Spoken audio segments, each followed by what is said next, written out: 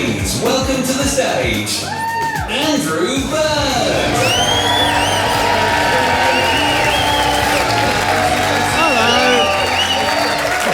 Hello. Thanks. Yeah, thanks. Hello. One woman wooed way before anyone else. Well done, you. Hello, everyone. Thanks for... Oh, yeah, there's no support act.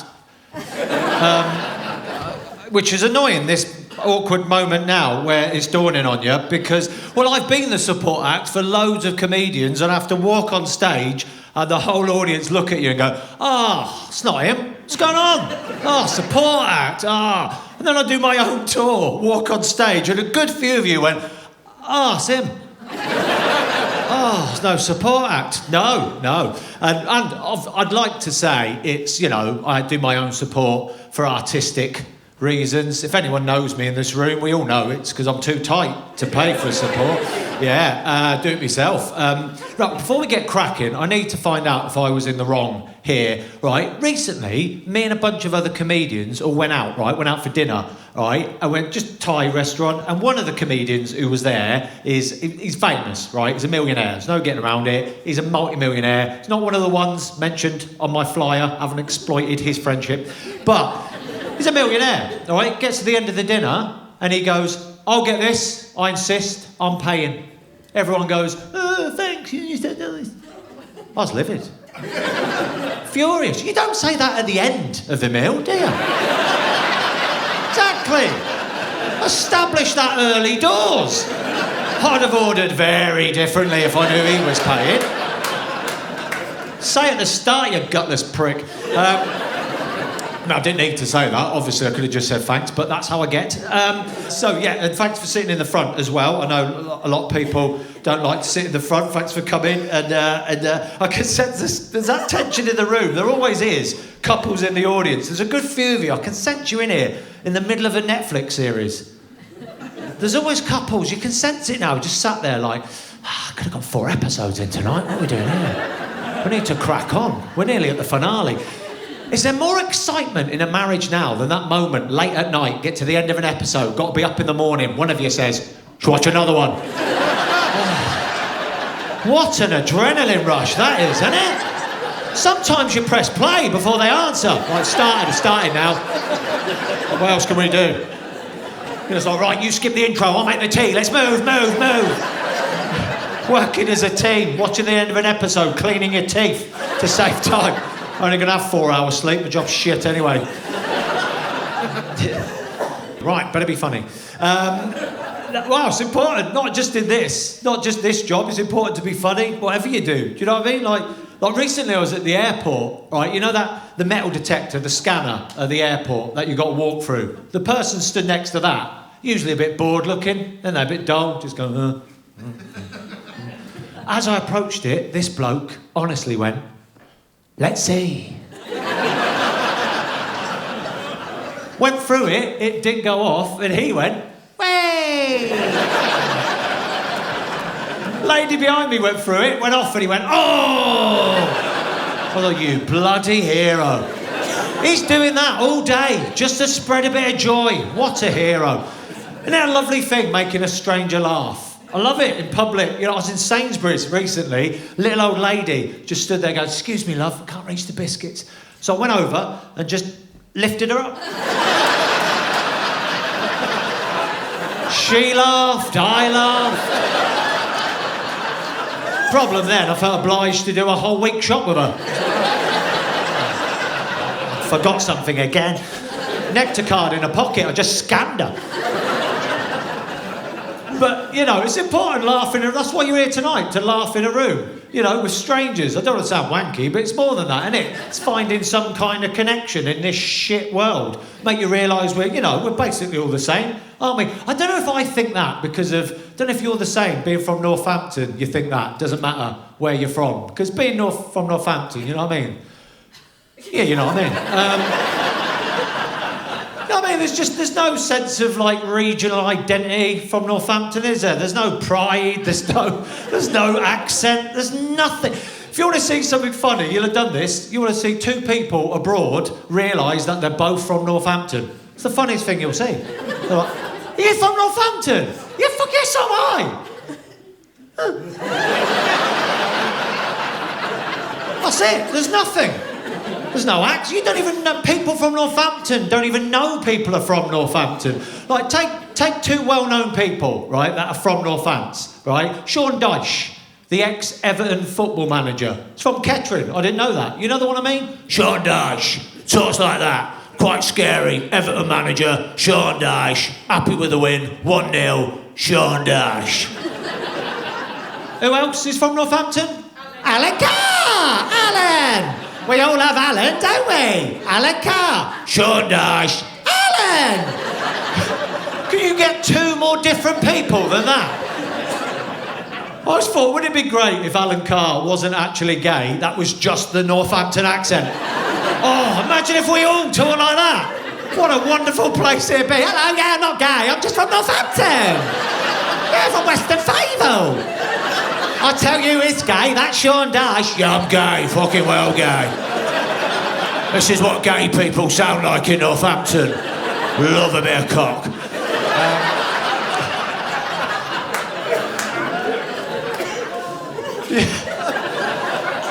You know, I just, you know, I don't think it matters. It doesn't matter where you're from, does it? It doesn't matter where you're from. You know, because like Northampton, I'm not going to go to Northampton. It's a friendly place. Yeah, but what I love about Northampton, it's friendly, but there's a bit of an edge to it. You know what I mean? People are nice, but there's a slight hint of aggression. Well, I was back home in Toaster not long ago, where I'm from. I saw these two proper old blokes in the street walk past each other. One of them just said, "Oh, boy, I thought you were dead." And he answered, "No, I'm a fuck." I've just carried on walking. Weirdly friendly, I thought. People claim ownership over friendliness, don't they? Like just where they're from is friendly. People slag off London that it's not friendly. It is. Just friendly in a different way. I saw a wonderful friendly thing on the tube. Everyone was nice, helped each other, worked together, but no one said a word to each other. What happened was, this lady was struggling off the tube with a pushchair, off the carriage like this, right? Doors started to shut. Bloke still on the tube, looked down, bracelet on the floor. He picks it up. He looks at the lady now on the platform and goes. She looks back and goes. He throws it. Just makes it before the door shut. Like Indiana Jones. She caught it like that. The whole carriage applauded. And the bloke just went. Lovely. Then a lady further down the carriage went, "Oh, fucking what?" It's not the point. It was a lovely moment. You know what I mean? People claim ownership over friendliness, over being funny. People claim ownership over being funny. You know, like I'm sure you know. We all know everyone from Liverpool is funny. Everyone in Liverpool is a comedian. We all know that, don't we? Because they fucking tell us. We're all fucking comedians. Not all of you. Most people in Liverpool are funny. They're a good laugh. I can tell you one person who's not funny. I know for a fact, one of them, right? I went to the Liverpool football shop. Oh, I love a football shop. Just the crap they sell. You know what they had in there? Liverpool aftershave. But this is what upset me. Do you know what it's called? It's called the official Liverpool aftershave. Who called it that? Come on, you've got to call it You'll Never Wear Cologne.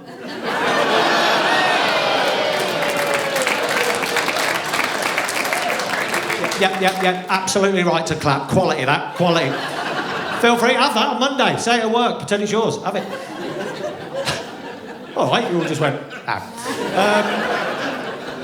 But, you know, people are funny everywhere, is what I'm trying to say. There's nice people everywhere, there's dicks everywhere. Everyone's funny in their own way. I heard the best description of a sense of humour I ever heard. My son, he was 8 at the time. I said to him, "Are you ticklish?" And he said, "Just my mind." Ticklish mind. Isn't that the perfect description? He was 8 at the time, he's 10 now. And he's, give me a cheer if you've got children in primary school. Yeah. Primary school age, good few of you. You'll know, the older people in the room, that, you know, your kids are grown up, moved out. You thought you had it hard. You don't know some of the shit we have to deal with. Kids in primary school now. Tooth Fairy. Anyone done the Tooth Fairy recently? Yeah, you all know. You like panic, don't you? Late at night, shit, Tooth Fairy. Right, don't forget, got to do the Tooth Fairy. No cash. We live in a cashless society. You have that panic looking around the house for cash. Well, where's the pound for the shopping trolley? Well, put it back when you're finished with it. Just looking everywhere. Look through my wife's purse. All she had, £20 note. We're like, well, what else can we do? This is how he finds out there's no Tooth Fairy. Might as well do Santa while we're at it, crack through. I said to her, can we bax it? To his savings account? Count his teeth, set up a direct debit? You know what I mean? Reference Tooth Fairy Limited. I'll tell you what we did. I'm not proud of this. I'm proud of this. We found 40 Croatian krona, told him the Tooth Fairy, just back from her holiday, not had a chance to get down the bureau to change. Yeah, he went with it. The exchange rate was not favourable. So a few of you, my son, a few of you got kids in primary school. My son is in year 6, he's leaving soon. Thank God for that, because I'll say this, right? The school fate can fuck off. Yeah? Don't know if you've come here for the big issues tonight, but the school fate can fuck the fuck off to Fucksville and then go fuck itself. Yeah? You heard right. Now, some of this is pretty hard to take, but the school fate, you all know the fate. You've got the tombola, the raffle, lucky dip, all the prizes are sugar. Yeah? It's just encouraging gambling and addiction. That's all it is. School fate's like Vegas for infants, isn't it? Son walks in like George Clooney in Ocean's 11, straight to the tombola. He spent £9 trying to win a packet of Londis own brand Bourbon biscuits that we donated. I'm like, mate, they've been in the cupboard for 4 months. They're out of date, that's why they're here. That's the stuff that was too shit for Harvest Festival. Going home with your child off his tits on Haribo. That's why now I see a drug addict outside William Hill, think another victim of the school fate. Probably started off innocent enough, you know, lucky dip and jelly tots. Before he knew it, GG's and smack. Yeah, a lot of comedians upset, you know, the Catholic Church and the trans community. Who comes after me after a tour? PTA. That's who's angry with me. The mummy mafia. So, I've got him, year 6, 10 years old, right at the edge of, like, childlike innocence, right at the edge of make-believe, Santa, Tooth Fairy, all that. And then we've got a 13, nearly 14-year-old who's right at the start of, well, being a prick. Do you know what I said the other day? From nowhere, at the dinner table, he just asked what a porn film is. Just come out with it. Now, as a parent, you've got to know when to delegate.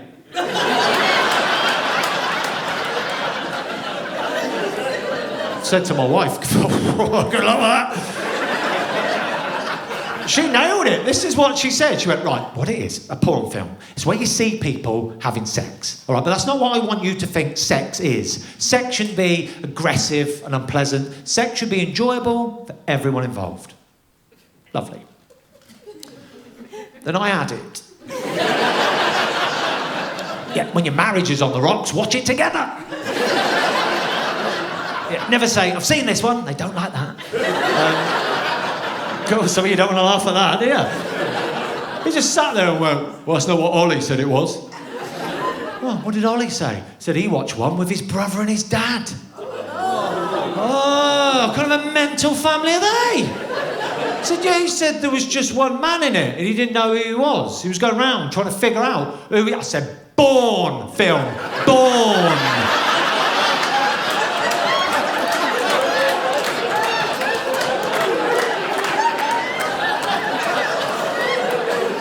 Enunciate, you teenage prick.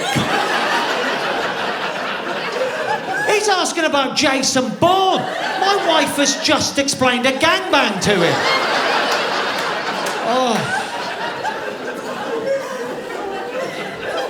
I'm sure a lot of you in the room got teenage boys, right? You might be able to help me out with this. Is this normal now? Right, my son, nearly 14, 2 boys pick on him every day at school, bully him a bit, it's not nice, comes home upset, got to talk to him, figure out what's going on, right? Turns out, one of the boys that picks on him every day, what do you think of this? He's got a perm.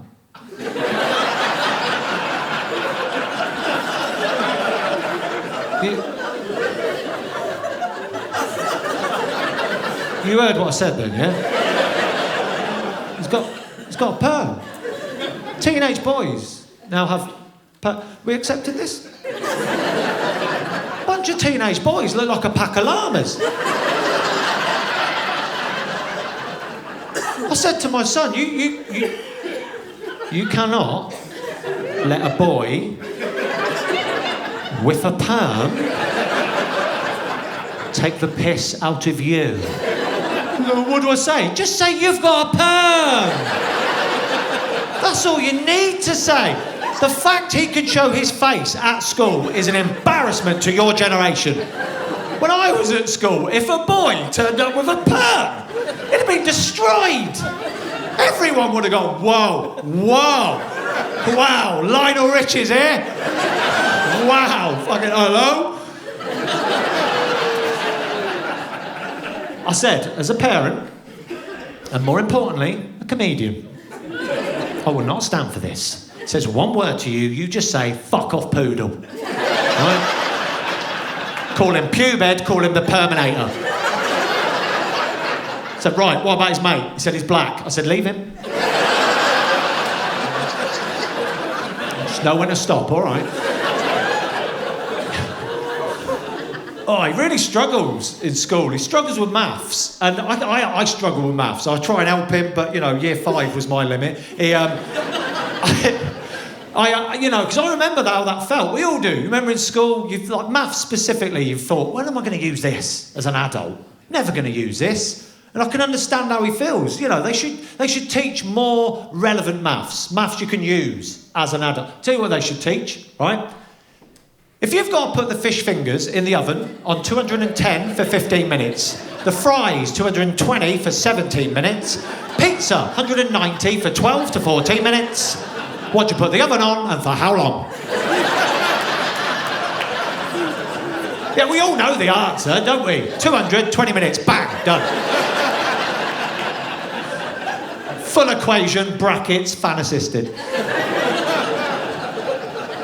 I remember how that felt in school. It's still now, do you do that thing? When you bump into someone, probably happened tonight, you bump into someone from school that you went to school with, they might be like an important job now, like a doctor, surgeon, lawyer.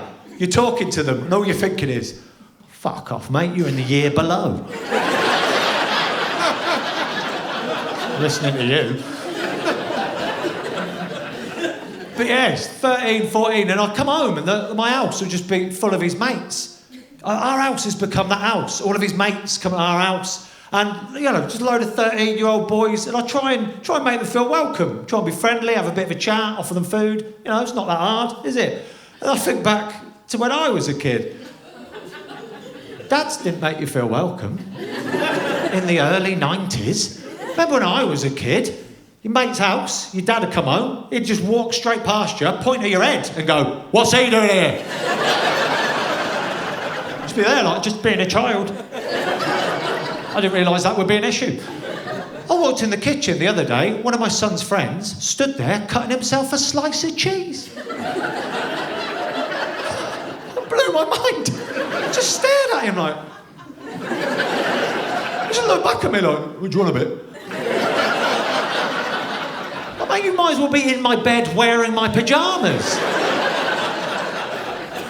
Do you remember when you were a kid and you were around your mate's house and they're having dinner? You were told to go home. Think about that now. It's like we're having dinner now, you've got to leave. You're told to go. Why? It's like, can I just wait in your room? No, apparently you can't be in a building while a family has toad in the hole. Go now. Yeah? Can't be on the premises for a Fray Bentos. Leave immediately. When we have dinner, all of his prick mates just sit around us. Say things like, pass the chips, bruv. Surely you're full, the amount of cheese you've had, you little twat.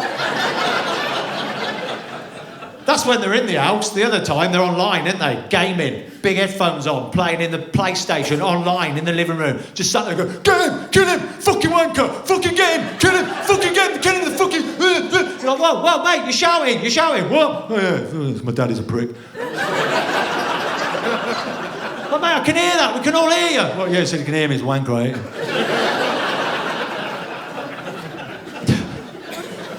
My wife, she argues with our kids. Like, we all argue with them, but she argues with them, right, but like she's married to them. Do you know what I mean? She uses all that passive-aggressive reverse psychology shit, but it doesn't work with kids, does it? Because they're too literal. So she'll say to them, oh, yeah, don't worry about the dishwasher. Go on the PlayStation. Enjoy yourself. All right, thanks. Wish I had the courage to do that, don't you? I'm saying to them, how'd you get away with that? Getting marriage advice from my kids. We argue a bit. We're all right, you know. We've been together quite a long time. You know, you'll know, you've been together 30 years. Stuff changes, doesn't it? Some stuff gradually, some stuff you don't notice, some's obvious. Like, here's something that changes the longer you're together. Your attitude towards each other when the other one's ill. Remember when you first got together with someone and they were ill? You cared.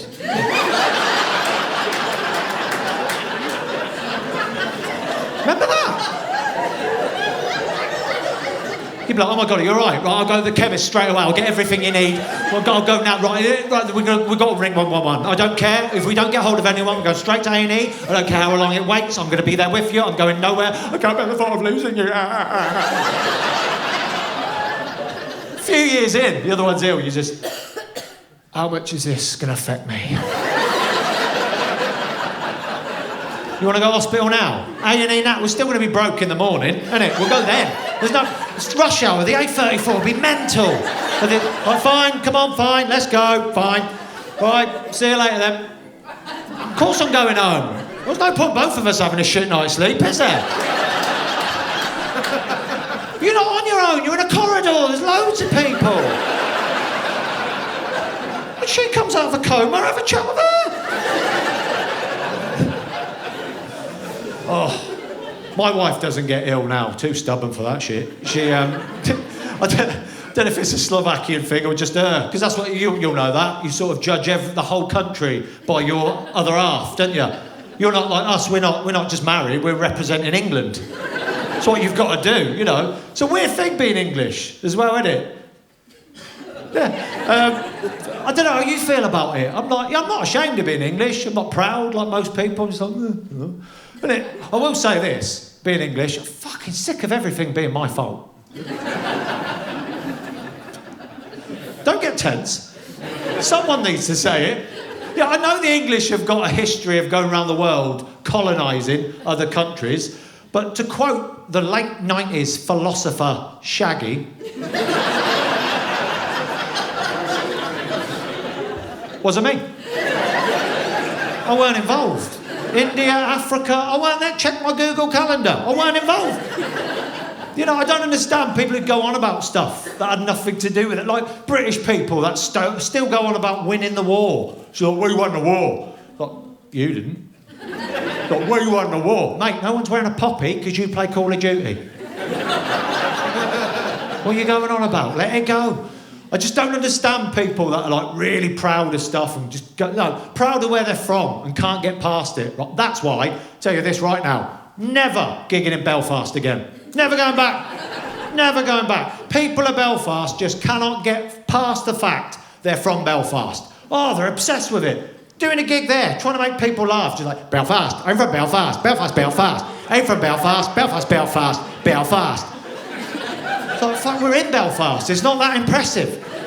I did a tour show there, right? I'm telling a story on stage. I told it here last time. A story about a village called Middleton Cheney, where a vicar was caught having sex with a Hoover, right? It's a village just outside Banbury. I'm in Belfast telling this story. Bloke in the front goes, hey! So what? He goes, I'm from Banbury. I was like, what are you doing in Belfast? Then Banbury next week. You could have just gone there. So I'm chatting to him about Banbury. I know it quite well. So, there's a good fish and chip shop in Banbury. Did you go there? Yeah, good fish and chips. You could sense the unease in the audience because it wasn't about Belfast for 4 seconds. So I'm going, good fish and chips. Woman at the back goes, it's called a fish supper. What? Yeah, we call it a fish supper.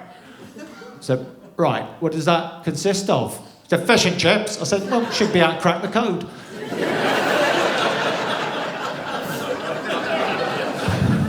Then I start trying to tell this other story, right, about how the first time I ever got pulled over by the police in my car. Never been pulled over. I had a muddy number plate, right? Got pulled over by the police. I went to pieces. I was nearly crying, right? Now, the policeman was a black bloke, right? I could tell it was annoying him. I could just sense he was thinking, I get pulled over by the police more than you. And I am the police. Like, excuse me, sir, is this your vehicle? No, it's a police car, Dave. We work together. We've been through this. You are under arrest for impersonating a police officer. I'm on the rotor, Dave. So, that's the joke, right? Another woman at the back goes, we get stopped by the police in Belfast, so you're racist. I said, no. I said, this is my story about me getting stopped by the police. That happened to me. That wasn't in Belfast. I said, it's nothing to do with Belfast. I said, you know, I'm not from Belfast. And this other woman, no hint of humour, honestly said, so, why are you here?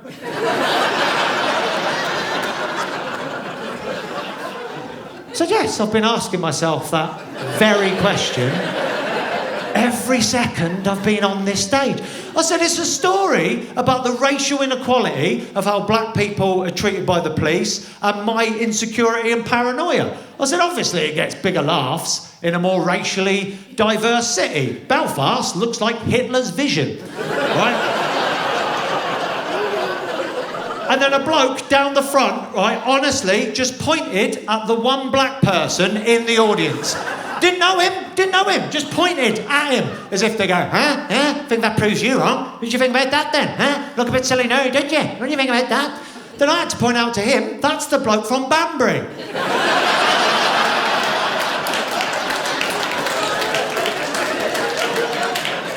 The one person single-handedly raising the racial diversity, not even from there. Just goes to show, you know, with Belfast, you've got to look past politics, look past religion and realise most of them just thick as fuck. Consensual, I don't know if you can say that. You can when it's based on fact and evidence. So, I still wouldn't say it. Why?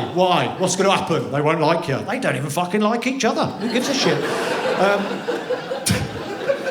But I will say this though. I don't think we should be doing bonfire night anymore. Anyone thought about that? Bonfire night. Why do we still do that? We shouldn't do that. But think about what bonfire night actually is. We gather around the village, we build a doll of a Catholic man, and we burn it in front of children. Like, look, kids, that's what happens when you fuck with the government. Bobbing for apples, that's just waterboarding kids for fruit. You know when you watch the news and there's like a riot or a demonstration in the Middle East and they're burning an effigy, throwing rocks in the street and there's fighting, that little English voice in your brain goes, I'm glad I don't live there. I'm glad I live in a civilised country. Yeah. The only difference between bonfire night and an extremist riot, on bonfire night, we check for hedgehogs. That's it. Trick-or-treating, that can piss off as well. That can fuck the fuck off as well. That can fuck the fucking fuck off. Trick-or-treating, right? Imagine explaining to a starving kid in Africa what trick-or-treating is. It's a waste of a pumpkin, isn't it? Imagine. So, right, what we do, right, we carve out a pumpkin, all the stuff in the middle you could use for soup, bread, yeah, just fuck that off, don't worry about that. Then we just carve a spooky face in it, put it at your door, and then people know they can trick-or-treat there. What's trick-or-treating? Oh, it's where children come and ask for chocolate and sweets. Oh, they're starving? No, they're obese. Fat as fuck. Most of them had chocolate before they left the house. I'm not judging. My kids eat too much crap. I ate too much crap, like far too much when I was a kid. But I think I burnt it off. I played a lot of sport, did the cleaning as well. That was exercise, wasn't it? My kids do no cleaning. Right, now, don't judge us as a family. Wait, we've got a robot Hoover, right? You know the Hoovers that just go around the house on their own? Now, wait for it. The reason we got it really cheap because our friend had to get rid of it because, honestly, her dog kept humping it. Yeah, she thought she bought state-of-the-art Hoover technology. Turns out, sex robot for a pug. And her kids had just got into Star Wars, so for them, it's like watching the family pet banging R2-D2. So, now here's the problem with it. Our friend is Russian, so the Hoover is set in Russian, and we can't reset it. It just goes off when it feels like it, and it talks out loud in Russian. We're used to it now. It goes off in the middle of the night. We're like, oh, fine, now Vladimir's off again. So the other week, my mate come round. Now, my mate is a proper conspiracy theorist, old school, tape over the camera on the laptop because he's being watched by the FBI. Says things like, well, you got an Nectar card. I mean, why don't you just give the government your information? Oh, tedious prick. So, sat in the kitchen, he's lecturing me, as usual, giving it all that. What, you don't think the Russians controlled the American election? Of course they did. They controlled everything. Listen to everything. Suddenly, next room... Do you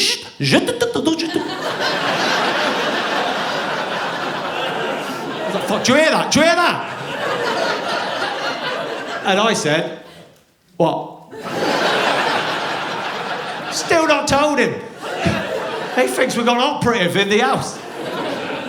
Yeah, I'm not judging him. If anyone else is conspiracy theorists, I wouldn't judge. You know, we live in messed up times, don't we? I mean, can anyone explain how Donald Trump is president again?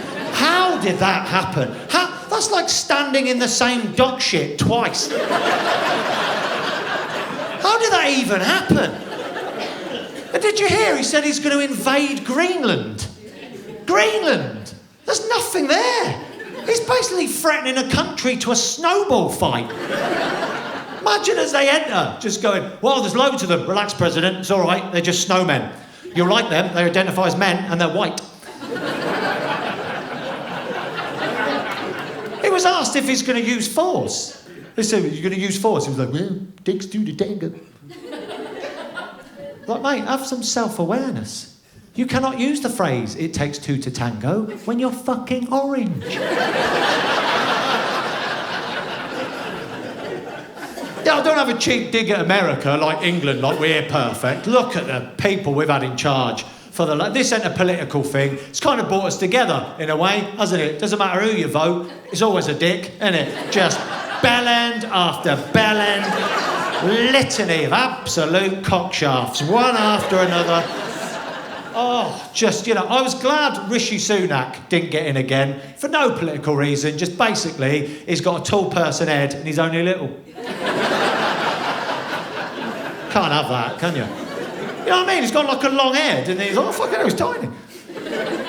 You can't be in charge of a country when your own body is a lie. No, weird times, isn't it? Gino D'Acampo is in trouble for sexual misconduct. It's like, I thought that's why ITV employed him for the last 20 years.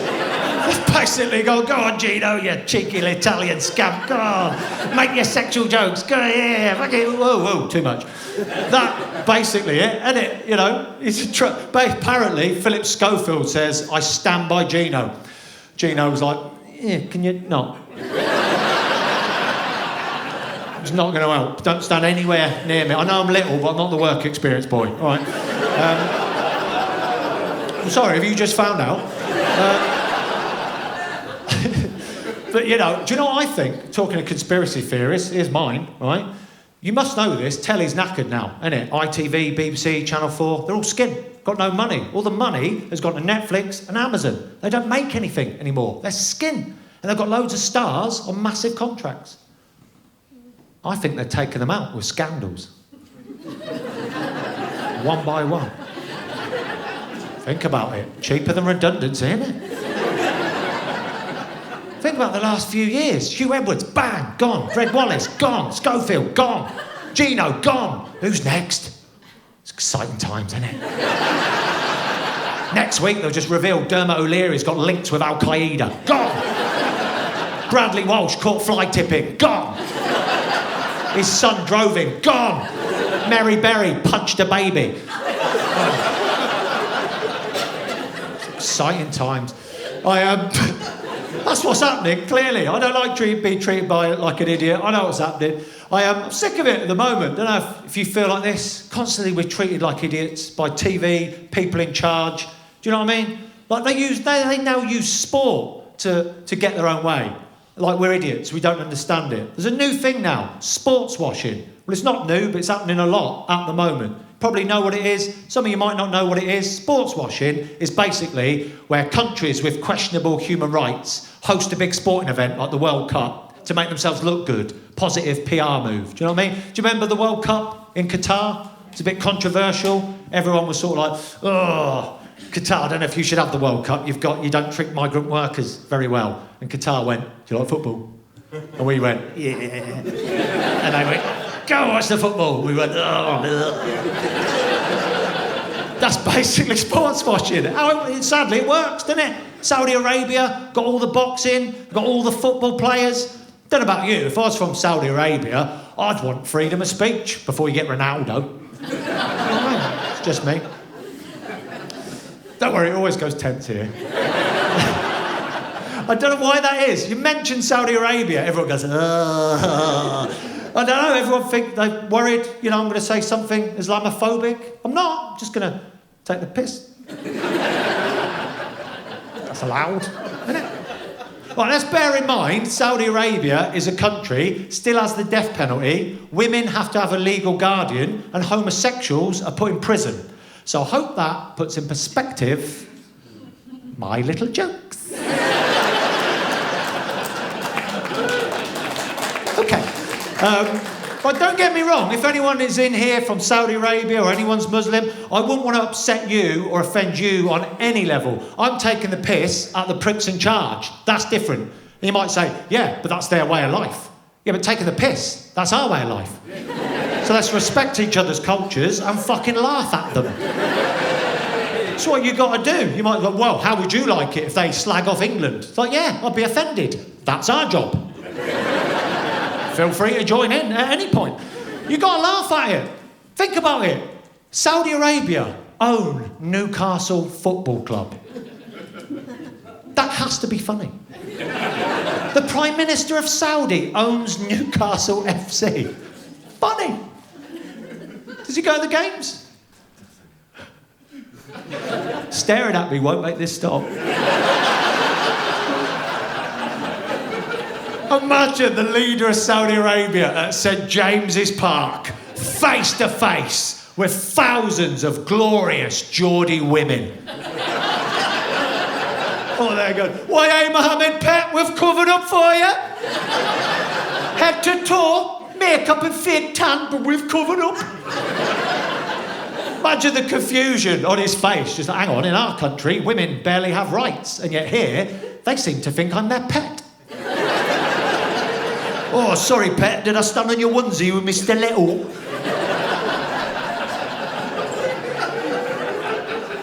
Is he going to try and convert Geordies to Islam? Like, oh no, man, Alan Shearer has got up here.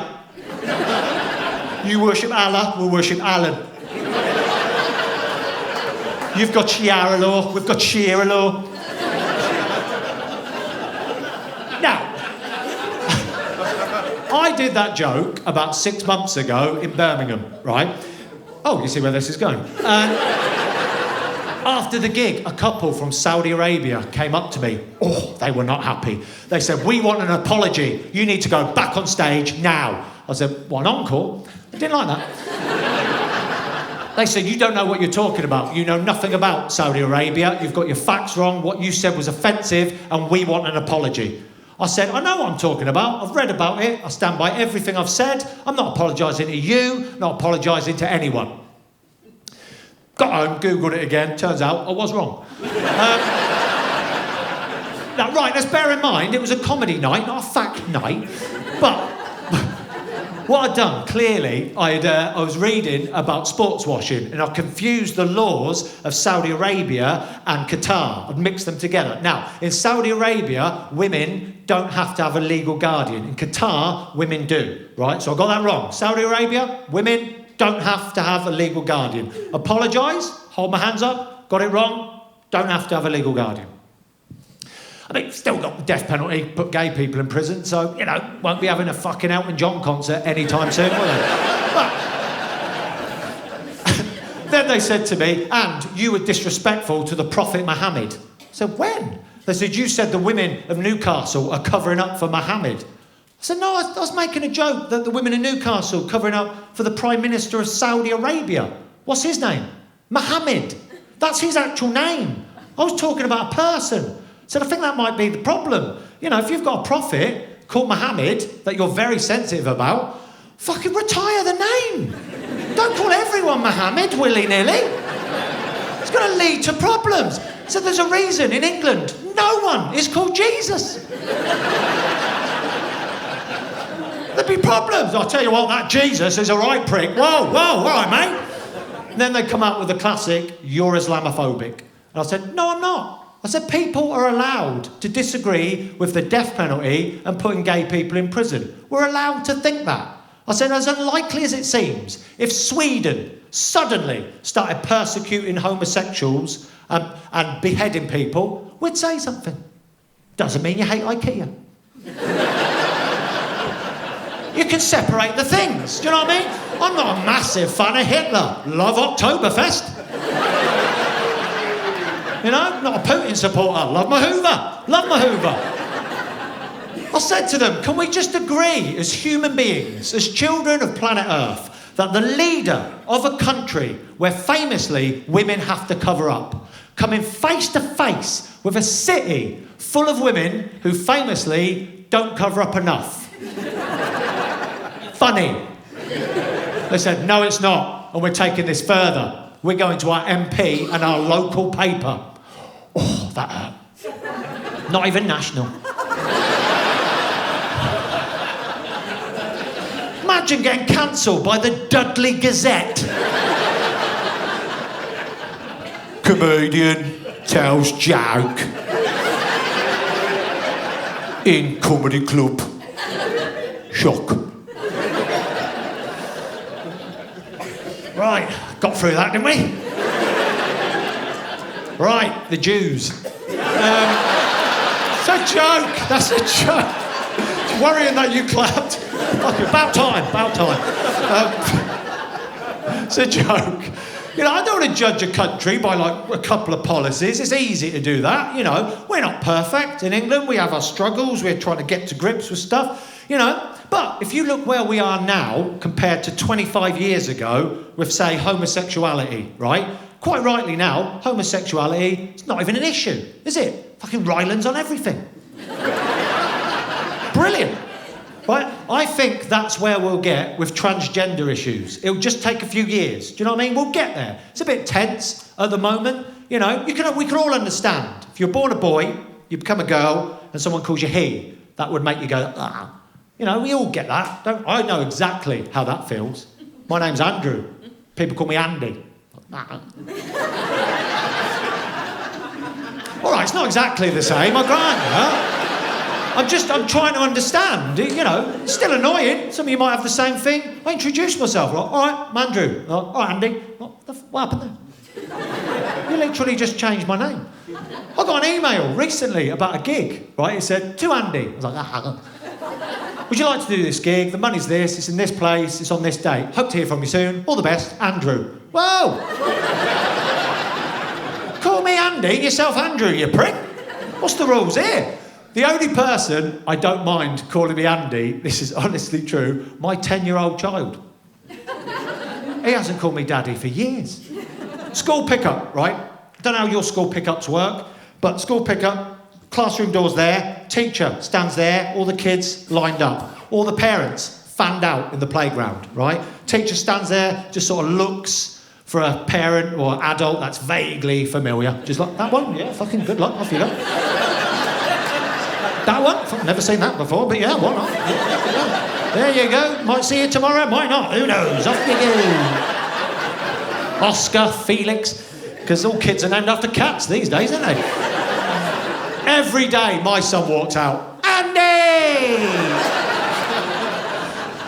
All the other parents are like, fucking hell, he gets on with his stepdad, doesn't he?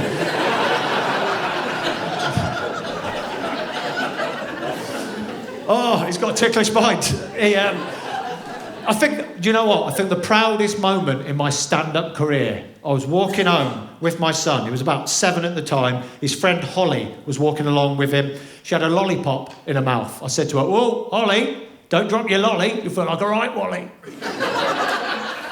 7 years old, and it's comedy gold. My son said to her, see, told you he was funny. Fuck live at the Apollo, don't get better than that, that's it. Oh, so happy. Because I remember being that age and finding an adult funny. Do you remember being a kid? The first adult you found really funny? It's great, wasn't it? I loved it. You know, I still love funny people, love comedians. I don't know if you like watch loads of stand-up. I do find American comedians take themselves a bit too seriously. You know what I mean? Like, right, there's a documentary on Netflix called Headliners Only. What it is, Chris Rock, Kevin Hart do a load of gigs together in arenas, right? Watch it. It is the most self-indulgent pile of fucking shit you will ever see in your life. Watch it with hate. Oh. At the end of one of these gigs, in an arena full of people, Chris Rock's on stage, Kevin Hart comes on and joins him, and he starts telling him why he respects him and why he's one of the greatest of all time. Do you know what the audience did? They listened. Imagine that here. You fuckers don't even stay for an encore. Imagine if 2 English comedians started telling each other how much they respect each other. You'd be gone. You'd be like, oh, come on, we can miss the traffic while they're wanking each other off. Quite right, too. You don't tell someone to their face how much you respect them. You wait till they're dead, then you say it. What's wrong with these people? Like, I do love Chris Rock. He's an amazing comedian. I don't know how you felt about the Chris Rock, Will Smith slap thing. I thought Will Smith was completely in the wrong. Chris Rock did not deserve a slap, right? Then a year later, Chris Rock released a special on Netflix. I watched it and thought, now he deserves a slap. After that shit, he only talked about the incident for 5 minutes. He talked about the Will Smith slap for 5 minutes. That's it. Took him a year to write 5 minutes on a global news event that happened to him. I did 5 minutes on pumpkins. Pull your finger out, Chris. And at the end of the gig, this is how he ended. He said, people said to me, why didn't I fight back? I said, because I was raised right. You don't fight in front of white people. How the fuck? How are we involved in this? You can't blame white people for this. We're not involved in any way. A millionaire black actor slapped a millionaire black comedian. You cannot blame that on a white bloke in England watching it on his phone eating Tesco's own brand Doritos. Nothing to do with him. And then he did the mic drop. Don't fight in front of white people. Mic drop. Yeah, you will never see an English comedian do that. You know why? That's an SM58. They cost $139.99. That's coming out your fee. Put it in the stand, have some respect, Chris. Anyway, that's how I feel about it. I just thought it was unfair. Do you know what I mean? Having a go at white people, we try, don't we? We take a knee, go on marches, you know, we're quite aware of racial issues. Not everyone, obviously. Like last April, I went to a holiday park with the kids, right? Swimming pool. Standard swimming pool procedure. You go in, you get given a coloured wristband. When it's your time to get out, they shout the colour of your wristband. Purple's out, the purple's out of the pool. Standard. Get in there, they gave me a black wristband.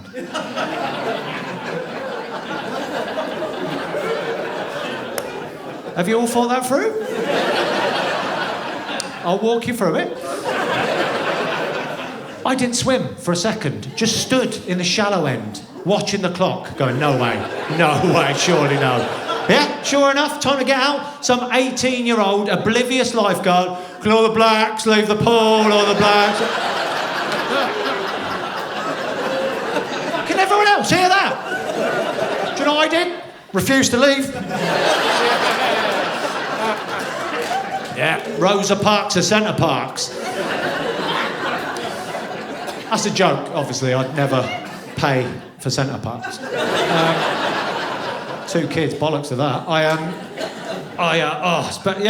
That's one of the problems in our family is how tight I am with money. Proper stingy. Makes things hard. Like, you know, as a couple, it makes things hard. I'm sure you know. You've got to go out once a month, date night. Do you do that? Date night, go out, desperately try to paper over the cracks of the marriage. Is that a bit close to home for some of you? Sorry. So he stared at me like, "It's why we're here, you prick." Bring it up. Sorry. 1 month, things were getting tough for us. My wife went big. She went, right, going to a spa hotel. Kids are going to your parents, we're going to a spa hotel. We're going to relax, we're going to unwind. I don't think I've ever been so stressed and wound up in all my life. Sure, you know, spa hotel, it's extortionate, isn't it? You're paying over the odds for the luxury of the spa hotel. Does this happen to anyone else? We get there, and the lady at reception says, it's £25 a head to actually use the spa. So, what? I've paid for a spa hotel. I thought the spa was included. I feel I should check. Is the hotel included? Or have we got to sleep rough in the car park? So it's a spa hotel. I said, fuck you, next time I'll go Travelodge Leisure Centre. You know when you lose it in public, you just properly see red and you have an argument with a member of staff, people are watching, you don't care, you've just lost it. Yeah, the only thing that makes that worse, when you're in a dressing gown. And slippers. Just stood there with your wispy chest hair showing. Saying things like, don't tell me to relax, that's why I'm here. So I said, right, fine. For the sake of our marriage, I'll pay for the spa hotel. Yeah? But I tell you this right now, I'm not sticking to the rules. I will not shower before using the facilities. So who are you dealing with? Put the towel in the basket when you finish, fuck that straight on the floor. Drunk as much free water as medically possible. My wife's going, just calm down, all right? We'll go to the steam room. I'm like, oh, yeah, brilliant, steam. We're paying £25 a head for steam. Water's leftovers. Brilliant, room full of steam. So we can do that any night at home. Just go in the bathroom after one of them little shits and stood in the shower for 45 minutes. I said, all right, calm down. Right, we'll go to the sauna. I'm like, oh, brilliant, yeah. If I want to be in an unbearably hot room with an uncomfortable silence, I'll just do a gig in Belfast. Now, I don't know about you, I steal from hotels at the best of times. They've just charged me £50. What they don't realise, they've basically set a target.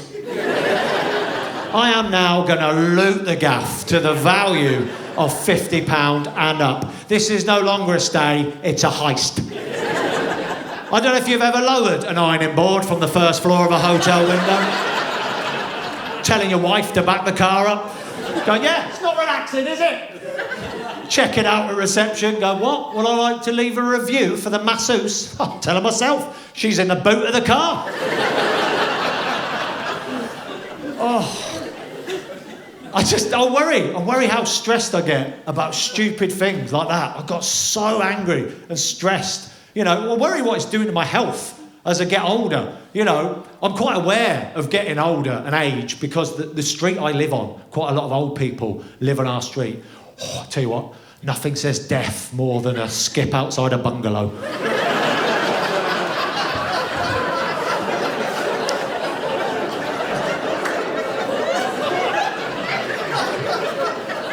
Just looking at it like, oh, they had some hobbies, they had a lovely life. Cricket pads, nice. No, No, I'm worried about. I'm worried, like health-wise, about as I get older, the stress I'm under. I'm not worried about looking younger. I want to make that clear. Because everyone in this room right now, we're all under different levels of pressure to look young. Every single one of us. You know what I mean? Broadly speaking, women more than men. Think that's fair. Right? And there's young people, you're under pressure to look a certain way on social media, get a perm. So we're all under pressure. So when I say this, I mean this with love, I mean it without judgment. We need to discuss women with lip jobs. I know. As a man, I'm not allowed an opinion, but here it comes. You know the ones I mean. The lip job, obviously, quite fairly, women straight away say, I do this for me. Yeah, I don't do this for men. Women, we do this for us. We don't do this for men. Well, on behalf of all men, thanks, because we're taking no blame for that. No man I have ever met has said, I look for a woman. I want her to look like she's had a severe allergic reaction to a nut.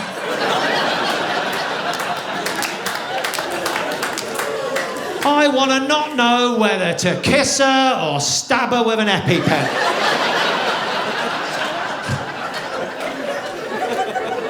Young girls are getting it done, though.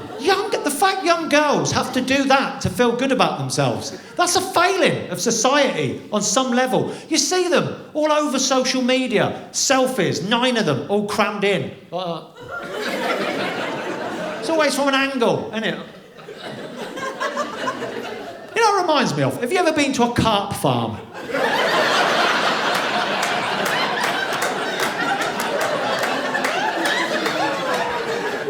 Young girls, you see them on reality TV shows, being interviewed. They're sat there, got fake lips, fake eyelashes, fake tan, fake breasts, saying, what do I look for in a man? I just want something real. He just needs to take me as I am. Fucking you start, he'll follow suit. I'm not having a go at women. Men are no better. Who's she going to get with? This bloke with his sculpted beard, his meaningful tattoos up his neck, turkey teeth and no socks. They're going to get married, have a kid. What are we supposed to say then?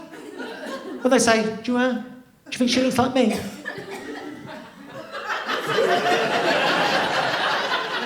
Oh, no, because you don't look like you. You look like you've both selected yourself. Right. The point I'm trying to make in a clumsy way, don't be pressured by any fucker to look young. Don't make anyone make you feel like you've got to look young. Don't do things to look young. Do things to feel young. Do immature things, childish things. Throw a bit of joy into the world. Next time you approach automatic doors, just before they open, click like you got power. Man or woman, if you have permission to touch a breast, at some point in your life you have to go chucking up. Men in the room, next time you go for a wee, pull your trousers and pants right to your ankles. Like primary school. What a feeling of freedom. It's a public toilet, you will get a slap on the arse. But it's worth it. Folks of Northamptonshire, you have been an absolute joy to talk to. I don't take it for granted that you've paid your money to come here tonight. I really appreciate it. Thank you very much. See you again sometime. Cheers.